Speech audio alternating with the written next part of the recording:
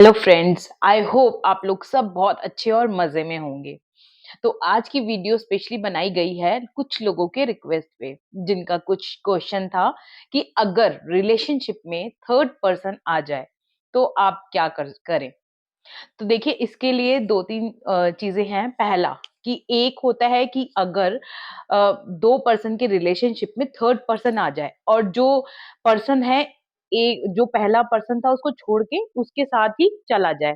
एक तो ये रिलेशनशिप होता है। दूसरा, अगर वो आपके साथ भी बना हुआ है लेकिन उनसे बात करता है, मतलब उनसे बात करा, इट मीन्स कि आपको भी नहीं वो छोड़ना चाह रहा है, तो ये भी एक रिलेशनशिप होता है।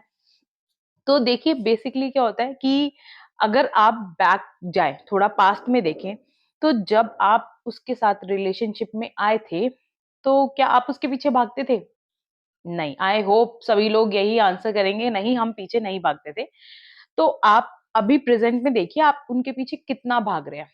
आपकी लाइफ़ शुरू हो रही है उनसे, आपकी लाइफ़ खत्म हो रही है उन पे।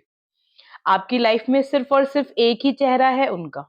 तो अपने गोल्स, अपने कुछ सपनों को आगे रखो।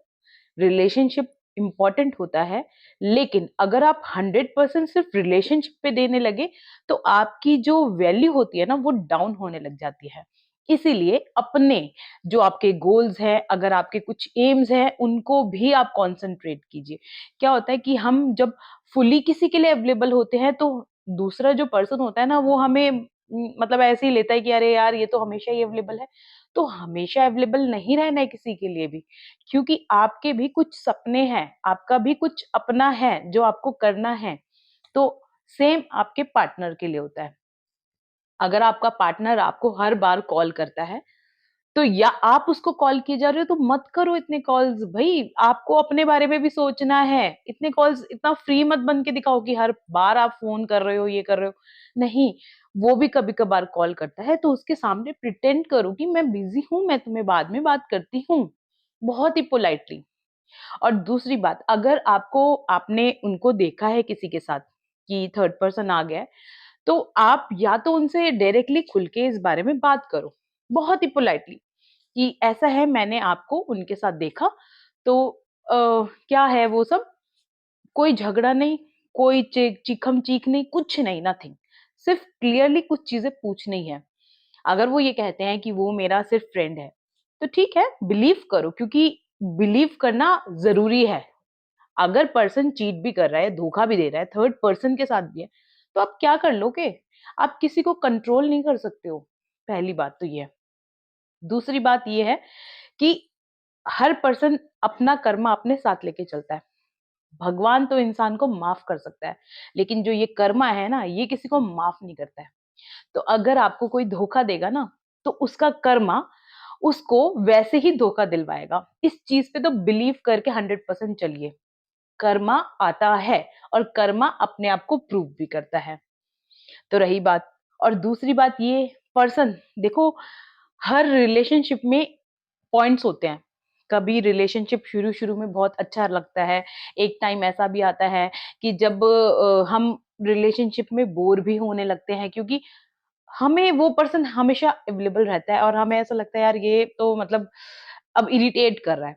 तो स्पेस मस्ट है किसी भी रिलेशनशिप में। उसके पद्दी बैठे मत रहो कि बस वो साथ में निकल गया, आप भी निकल गए। नहीं, स्पेस मेंटेन करना बहुत ज़रूरी है। आप अपने काम पे भी ध्यान दो, अपने ऊपर भी ध्यान दो, अपने फ्रेंड सर्कल में भी जाओ। ऐसा नहीं है सिर्फ आपकी जो लाइफ है वो उन्हीं के आस-पास घूम रही है, नहीं। और दूसरी बात ये है, जो आपको छोड़ के थर्ड पर्सन के पास जा रहा है, तो भई उसको भी कौन कितनी देर तक रखेगा? तो आपके साथ जो मेमोरी बनी है, उन जो नया पर्सन है उसके साथ वो मेमोरीज़ बन रही है, अभी बनी नहीं है। ऐसा होता है, नहीं, आजकल का तो प्रेज़ेंट टाइम ऐसा है कि लोगों के रिश्ते तो चलते ही नहीं हैं, कुछ टाइम के लिए चलते हैं, उसके बाद रिश्ते ऑलरेडी खत्म हो जाते हैं। तो आना घूम के आप ही के पास है उसको। बस थोड़ा-सा पेशेंस रखना ज़रूरी है। पेशेंस किस बात का, कि कोई जब वो चीज़ आपकी नहीं हुई तो उसकी कैसे हो जाएगी? कर्मा तो उसको आएगा ही, दिखाएगा ही अपना रूप, ठीक है ना? और बात रही आपकी परेशान होने की, तो परेशान किस बात का होना?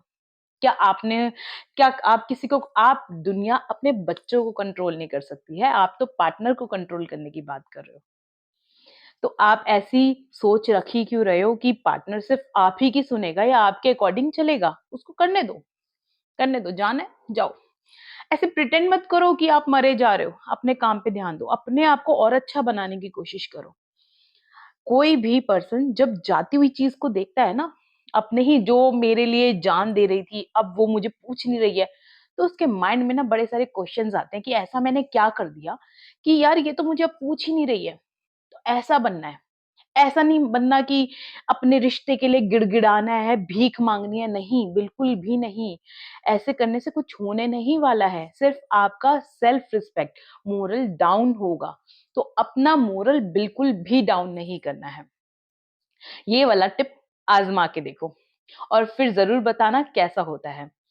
और ऐसी-ऐसी टिप्स के लिए मुझे सब्सक्राइब करना ना भूलिए। धन्यवाद।